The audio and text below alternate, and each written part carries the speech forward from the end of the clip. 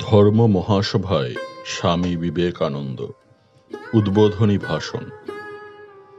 1893 খ্রিস্টাব্দের 11 সেপ্টেম্বর সোমবার ধর্ম মহাসভা শুরু হলো। ঠিক 10টার সময় আর্ট ইনস্টিটিউটের কলম্বাস হলে সমবেত 10টি ধর্মের উদ্দেশ্যে 10টি ঘণ্টার ধ্বনি হল।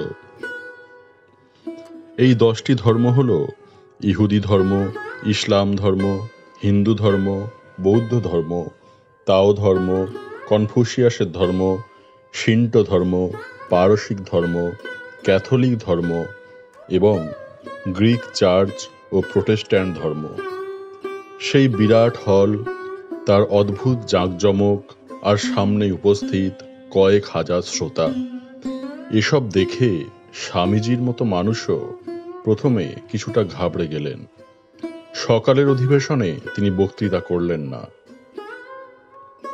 দ্বিতীয় অধিবেশনে 4 জনের বক্তৃতার পর স্বামীজি বক্তৃতা দিতে উঠলেন। দেবী সরস্বতীকে মনে মনে প্রণাম করে তিনি এগিয়ে গেলেন। যেই তিনি সম্বোধন করলেন, sisters and brothers of America, আমেরিকাবাসী আমার বোন ও ভাইয়েরা, সঙ্গে সঙ্গে সেই কয়েক হাজার নরনারী হর্ষধ্বনিতে ফেটে পড়ল। 2 মিনিট ধরে তাদের করতালি চলল। হাততালি থামলে স্বামীজি সংক্ষিপ্ত একটি ভাষণ দিলেন, যার মর্মার্থ শ্রীরামকৃষ্ণের সেই যত মত তত পথ বাণী। কোনো নির্দিষ্ট ধর্মের জয়গান করলেন না স্বামীজি। সব ধর্মই যে সমান সত্য, ভারতবর্ষের মানুষের এই সনাতন বিশ্বাসকেই তিনি সকলের সামনে তুলে ধরলেন। সেই ভাষণে তিনি বললেন, হে আমেরিকাবাসী বোন ও ভাইরা, আপনারা আমাদের যে আন্তরিক ও সাদর অভ্যর্থনা জানিয়েছেন, তার উত্তরে কিছু বলতে উঠে আমার হৃদয় অনির্বচনীয় আনন্দে পূর্ণ হয়ে উঠেছে। পৃথিবীর সবচেয়ে প্রাচীন সন্ন্যাসী সংঘের পক্ষ থেকে আমি আপনাদের ধন্যবাদ জানাচ্ছি। সব ধর্মের যিনি জননী স্বরূপ, তার নামে আমি আপনাদের ধন্যবাদ জানাচ্ছি। আর ধন্যবাদ জানাচ্ছি সকল জাতি ও সম্প্রদায়ের কোটি কোটি হিন্দু নরনারীর পক্ষ থেকে। এই সভামঞ্চের কয়েকজন বক্তা প্রাচ্য দেশের প্রতিনিধিদের সম্বন্ধে বলেছেন যে দূরদেশ আগত এই সব ব্যক্তিও বিভিন্ন দেশে সহিষ্ণুতার ভাবপ্রচারের গৌরব দাবি করতে পারেন। আমার ধন্যবাদ তাঁদের প্রতিও। আমি সেই ধর্মের অন্তর্ভুক্ত বলে গৌরব বোধ করি যে ধর্ম জগৎকে শিখিয়েছে পরমত সহিষ্ণুতা ও সর্বজনীন গ্রহিষ্ণুতার আদর্শ। আমরা শুধু সব ধর্মকে সহ্যই করি না, সব ধর্মকেই আমরা সত্য বলে বিশ্বাস করি। যে ধর্মের পবিত্র সংস্কৃত ভাষায় ইংরেজি এক্সক্লুশন শব্দটি অনুবাদ করা যায় না, আমি সেই ধর্মের অন্তর্ভুক্ত বলে গর্ব অনুভব করি।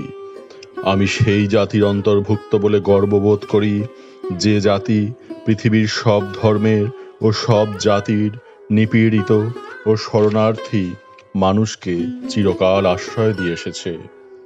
আমি আপনাদের একথা বলতে গর্ব অনুভব করছি যে আমরাই ইহুদিদের খাঁটি বংশধরদের অবশিষ্ট অংশকে সাদরে বুকে করে রেখেছি।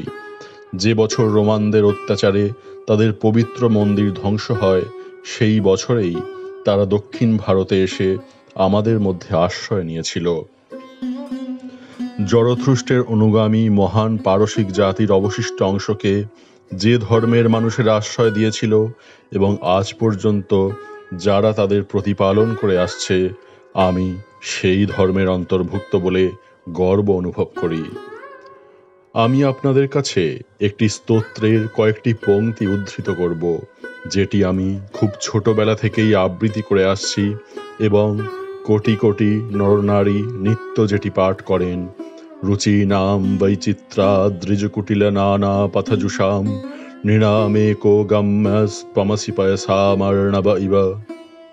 বিভিন্ন নদীর উৎস বিভিন্ন স্থানে, কিন্তু তারা সকলেই যেমন এক সমুদ্রে তাদের জলরাশি ঢেলে দেয়, তেমনি হে ভগবান, নিজের নিজের রুচির বৈচিত্র্যের জন্য সরল জটিল নানা পথ ধরে যারা চলেছে, তাদের সকলের একমাত্র লক্ষ্যস্থল তুমি।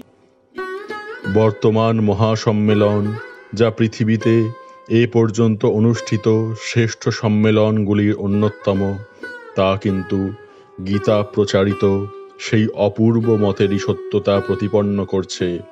গীতার এই বাণী ঘোষণা করছে, ইয়ে যথা মাম প্রপদ্যন্তে তামস্তথৈব ভজাম্যহম মম বর্তমানুবর্তন্তে মনুষ্যা পার্থ সর্বশঃ। যে যে ভাব আশ্রয় করে আসুক না কেন, আমি তাকে সেই ভাবেই অনুগ্রহ করে থাকি।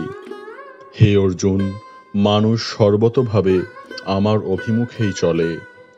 সাম্প্রদায়িকতা, গোঁড়ামি এবং তার ভয়াবহ ফলশ্রুতি ধর্মোন্মত্ততা বহুদিন ধরেই সুন্দর পৃথিবীকে গ্রাস করে রেখেছে।